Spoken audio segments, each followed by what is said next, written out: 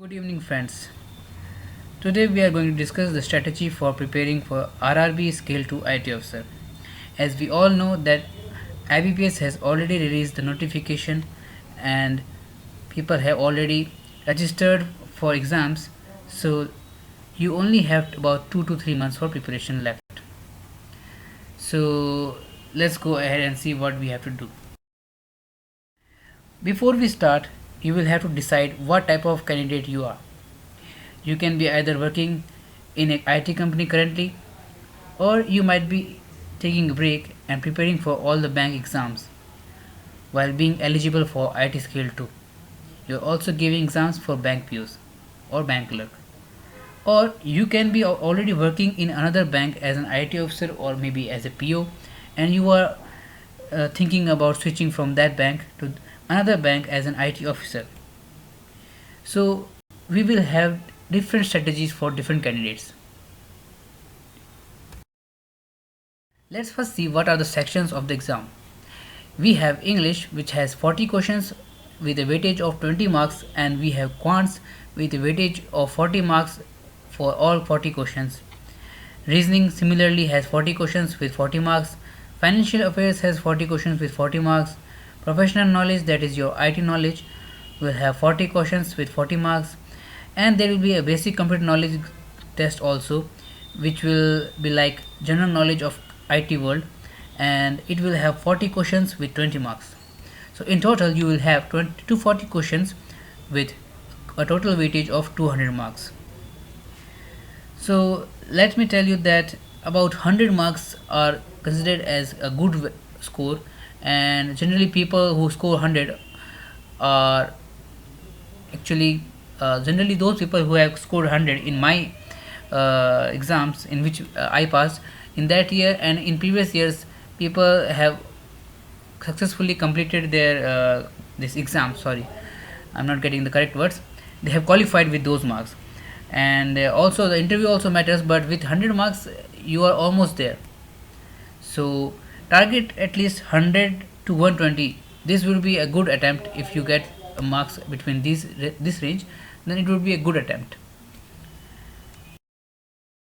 For category 1, these will be the candidates which are currently working in IT company. So we can expect that their professional knowledge will be comparatively better than other types of candidates.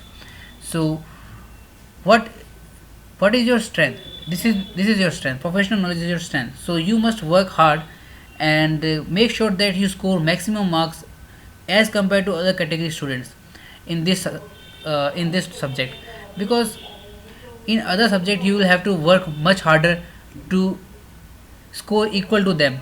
So what is their weakness will be your strength. So if you make a better lead here, then you can compensate where you are lacking.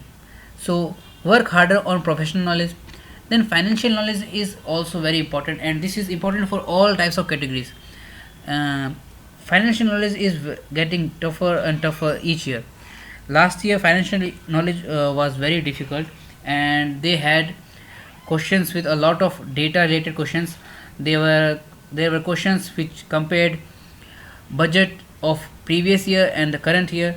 So you will have to make analysis of last year's financial affairs, or I will give you notes about that, how you have to handle that separately. I will make a video about that, so there you will get the idea. Then there will be basic computer. So this will be easier part, and most of the students score about 15 plus in this section out of 20 marks. So just make sure that you go through these questions, don't just leave them. And after that, English is something that you can't prepare in just 1 or 2 months if you don't have basics good. So I will recommend that you only work on the basis of what is asked in the exams. So mainly error spotting questions are there, and if you know the rules on which these questions work, then you will get good enough marks, because reading comprehension can be done if you have good reading speed, and if you have good vocabulary, then also it will be good. Then let's see in reasoning. In reasoning and quants, you can't prepare too good in just 2 3 months. It requires a lot of hard work, as people who have already started preparing for bank exams like PO and clerk, they will of course have an edge over you guys. So if you will try to catch up them, then it will be a waste of time. I will suggest just try to score average marks in these sections, and try to take lead in professional and financial. Okay, and this was the reason that I have to explain in let's see why. So I have already explained the reason how you have to handle the preparation. Let's move to category. Now, category two are those candidates who are already preparing for bank exams. So, of course, they are going to be good in reasoning, quants, and English as well. So, this is going to be your strength. Since you might not be having a good professional knowledge base, because there could be gap after college time, or if you have just passed from college, I think that could not be possible because it requires experience in IT companies. So it might be there might be a case that you might have resigned from that IT company and might have taken a break for preparing for the bank exams. There was a case like I had this case last year. So in my case, I focused mainly on reasoning and quants, and I performed very good in these parts. And financial knowledge was also, since financial knowledge was difficult, so most of the candidates scored about 20 marks. So that would be a good score. If the financial knowledge comes as a very hard section, then it will be a very good score. After that, I would say you can work on your professional knowledge, then computer basics, and English, guys. You can decide your order in all for all categories. You can decide on the basis of your strength in English. If you hold very good command over English, then you might not need to waste much time, and you can just work with your general knowledge on English. Sometimes we don't know the rules, but we know what is the error. So that's how it works. Then let's now, there are also people who are changing their bank. Sometimes it happens that a guy from Andhra or some other state has qualified to a North Indian states as an IT officer. Then another year he tries back and he gets to his own state. So, and some guys just want to get to their home state. So these kind of candidates, for them, since they are already working in banks, so they might be a little bit updated in financial knowledge as well as professional knowledge, as they might be having hands-on experience on the basis of what is required at the job. So I would suggest them to first brush up their financial knowledge as well as professional knowledge. Work on them, and after that you can either take reasoning or quants and work on them by practicing a lot of mocks. If you found any topic difficult, then you can practice that topic separately, but ultimately you have to give a lot of mocks. That will be very good for you. Then English, you can handle. English is not very difficult in these exams, and computer basics also you can give them, because you are already working as an IT officer in banks. So if your job profile is good in because it depends on the bank to bank, and it differs like that. So in some banks you are also given other non-IT work also, so you might not be that good in computer knowledge. So after that, let's important topics that you have to cover during your preparation, because since there is not much time, so there are these topics these which you have to give much importance, because most of the questions will be from these topics. Like in quants, you have DI, data sufficiency, number series, and approximation.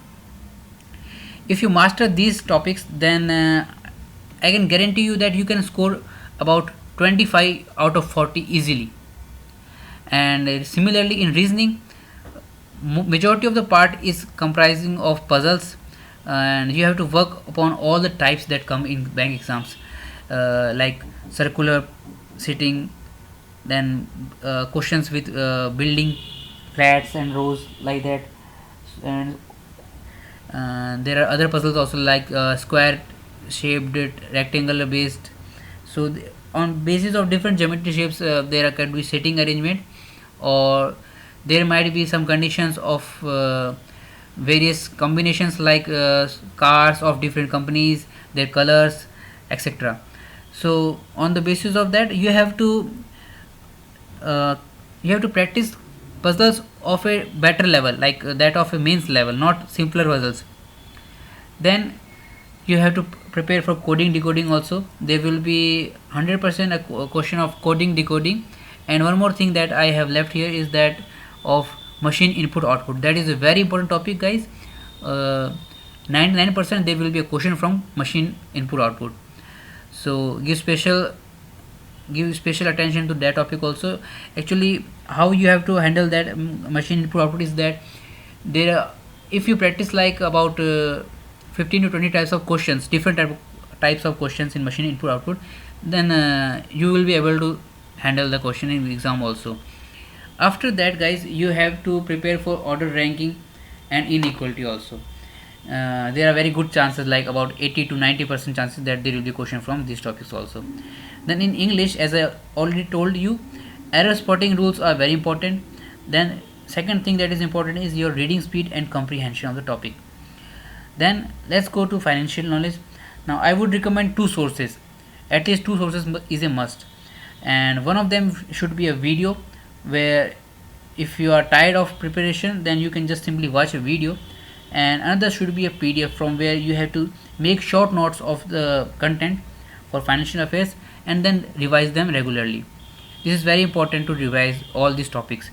Otherwise you will just these topics will just go out of your mind after preparing for other topics. So revision is a must.